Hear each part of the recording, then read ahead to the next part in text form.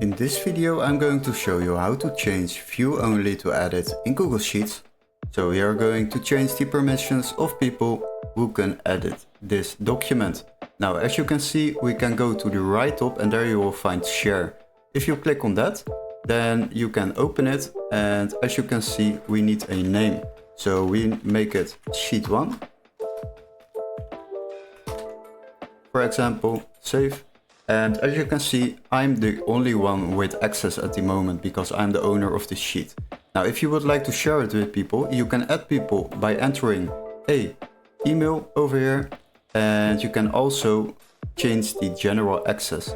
So what we can do, now it's restricted, but we can open it for anyone with a link. And as you can see, by default the viewer option is selected, so people can only view your sheet. Now if you would like to change this so people can edit the sheet, then click on editor. Now once you have changed this, then you can select copy link, and once you are sending the link to people, then they can edit this sheet.